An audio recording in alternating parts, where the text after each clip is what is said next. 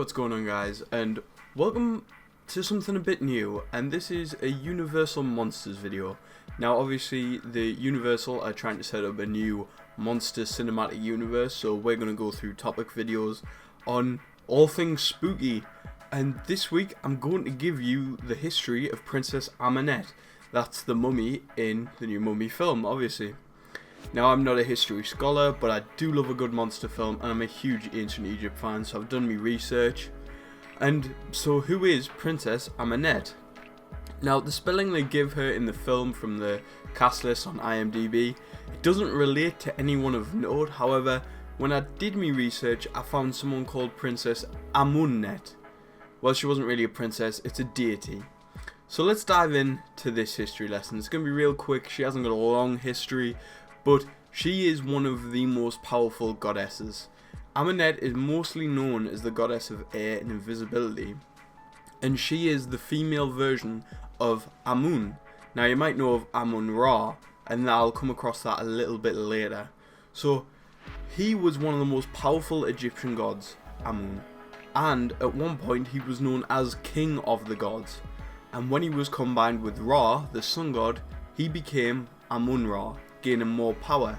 Now, all of these gods and goddesses have different female and male counterparts, and when he was Amun, Ahmanet was his female counterpart, but when he became Amun-Ra, the female counterpart was Mut. So Ahmanet was left out of the picture, and then there was almost an idea of her being in a relationship or very closely associated with the goddess of the moon, because she's shown on lots of sarcophaguses next to the moon.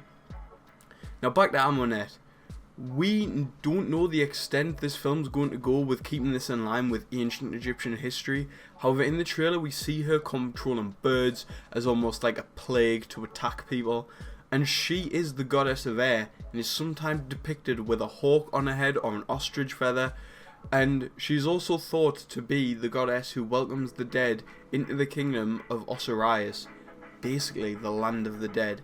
Now this is huge because this could mean that she is trying to gain more people for Osiris. Or maybe not.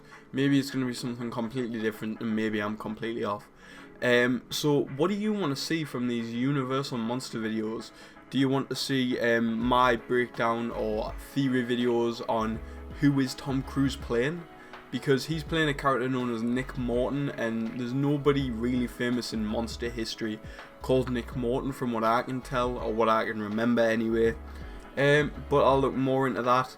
I might do a breakdown of Dr. Jekyll and Mr. Hyde, played by Russell Crowe, maybe the Invisible Man. I've got loads of stuff that I could go through for you. So, you leave something down in the comments for me to see. Leave a like, subscribe. I've been Rob from the Hybrid Network. Goodbye.